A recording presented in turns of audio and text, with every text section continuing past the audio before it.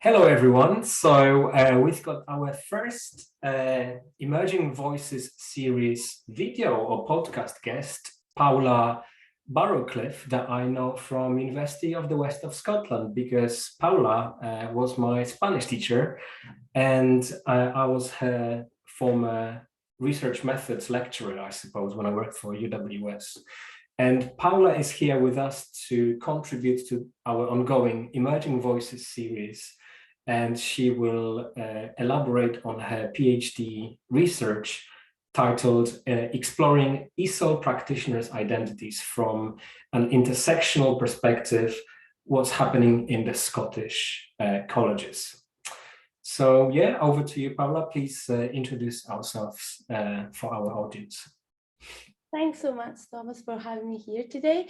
Well, as Thomas has said, I am currently finishing my PhD at the moment at the University of the West of Scotland, but I also work there as a Spanish and English lecturer or associate lecturer, and I have some background with ESOL learners, both in the community sector and in the college sector here in Scotland. So that's why my research is about that. Mm-hmm. Thank you very much. And could you maybe briefly summarize or give us an overview of your research, and perhaps what are the first thoughts that come to your head when you think of identities in Scottish ESOL context? Yeah, well, that's a good question. So, well, I'm focusing on ESOL in further education in Scotland, particularly because it's a sector that has grown a lot in the last 2 decades here in Scotland, and is linked to the refugee movements during this period of time, which is very relevant just now with the current situation in the world. So I consider that it's very important to focus on this to make space for the newcomers, to make space for the people and the changing demographics in the country as well, and see how can we accommodate them into the ESOL world, not only as learners, but of course as lecturers too. And this is, I think, something that is underexplored at the moment in the country. So I am looking at the identities of the lecturers that are working in ESOL departments at the moment, if they are diverse, if they're not diverse, if we are discriminating against some kind of identities, of course, without knowing. But I think it's important to explore this. What is the power situation? Who's got the power in the department? Who doesn't? And maybe see how can we change or not the departments to make them more inclusive for everyone, for learners, and of course as well for the lecturers. So that's basically what the research is about. Very interesting, and yeah, very relevant. So this is by no means mini viva or mock viva, but could you give us maybe a little bit of an overview of maybe a bit of a summary of your literature review, and what are sort of the present issues of identity that's been explored in similar and other contexts? Like, what would be your theoretical framework for this kind of study? Yeah, so that's also a very interesting question. So I'm looking at this, not only looking at one particular identity characteristic, but I'm more looking at how everything that we are combines together, creating a unique identity. So for example, my identity will be a woman, white, young, maybe Spanish or Spanish speaker. Okay, so all of these creates my unique identity. And of course, the way I experience the world is a condition because of this. So I'm taking this framework, this intersectional framework, to explore the identities of the ESOL teachers or lecturers.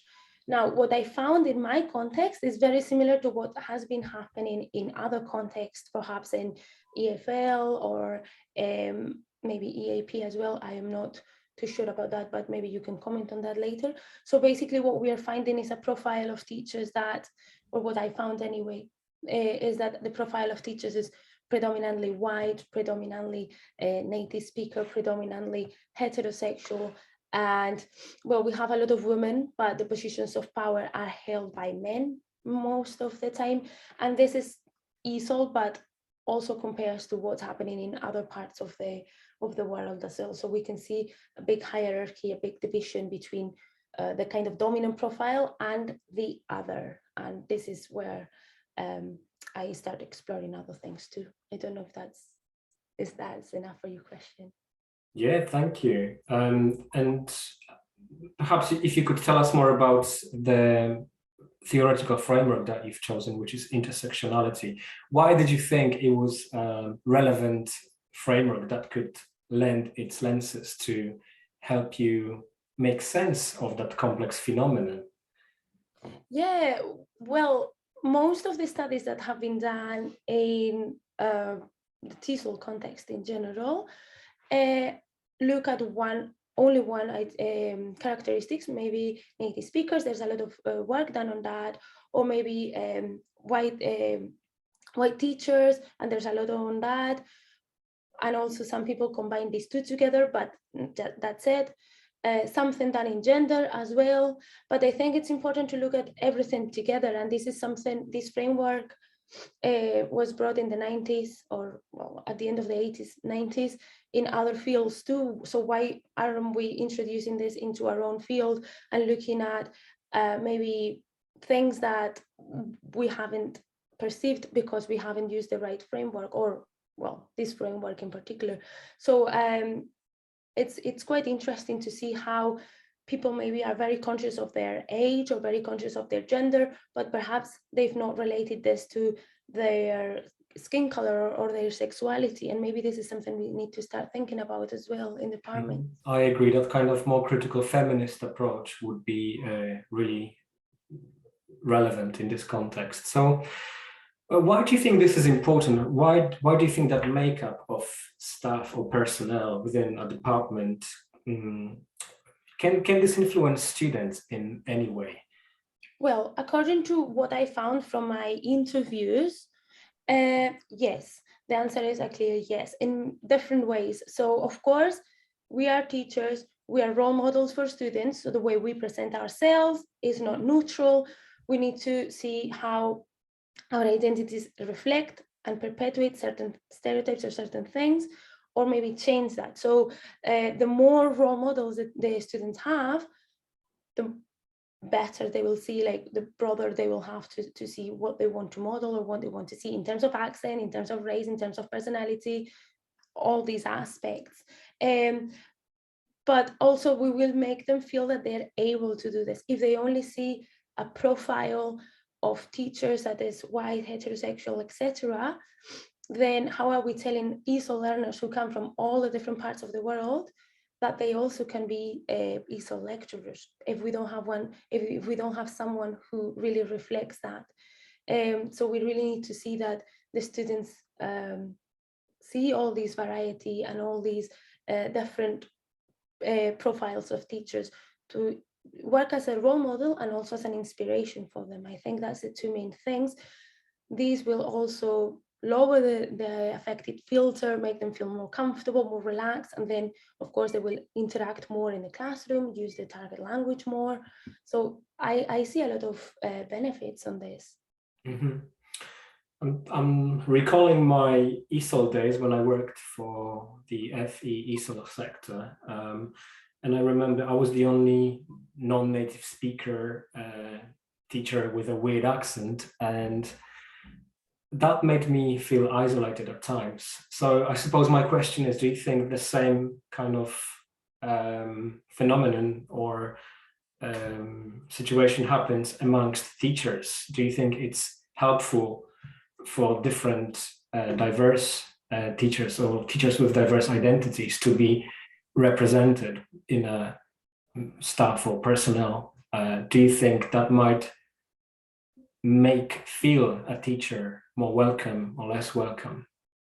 Yeah, absolutely. This is something that came a big topic from my interviews as well. The feeling of otherness or non-belonging is a big thing. So for example, a few of my participants didn't belong to this standard. It was difficult to find participants who didn't belong to the standard, I need to say. But the ones that didn't belong to this standard because of being gay, because of being perhaps from a different country, perhaps from a different background or context or a different age, felt that they didn't belong there. And one of my participants even said repeatedly throughout the interview, I feel like the odd one out for not being a native speaker, for not coming from the same context. So yes, and then the interesting thing about this is that, of course, not only they're feeling like that, but the rest of the teachers, when I asked them, do you think there's someone in your department feeling like that, said, oh no, I think we're very inclusive. Of course, they're not to blame, they don't know, but maybe it's important to open the conversation and say, well, let's address how people feel in the department. Let's see if there's someone that we are maybe leaving left out or something, or feeling left out, and maybe we can do something to address that, because I'm sure most people will like to address this if they know about it. So opening the conversation for me is just so important, to know that this is happening, and then maybe try to change this. Yeah, I guess now coming back to my ESOL days, that would have been really nice to have that sort of dialogue and I don't know, I suppose a conversation that would make me feel more empowered or more confident within my job. So I suppose, well, you've mentioned you are wrapping up your PhD, so I guess one of the aspects are maybe solutions or recommendations or implications coming out from your data that you've analyzed. So what can be done? What are the solutions there? Well, for me, it's mainly three things. So first of all, we need to raise awareness of the issue. People cannot change something that they don't know it's happening. So maybe see what's happening with not only ESOL, but other contexts, maybe EAP or EFL. I'm sure that's something you can reflect about in your own department. Discuss with your colleagues, discuss with your managers what is happening, where are people feeling left out, can we do something? Maybe our hiring practices are not the correct ones, maybe the qualifications that we are asking are maybe leaving people out from the profession, things like that.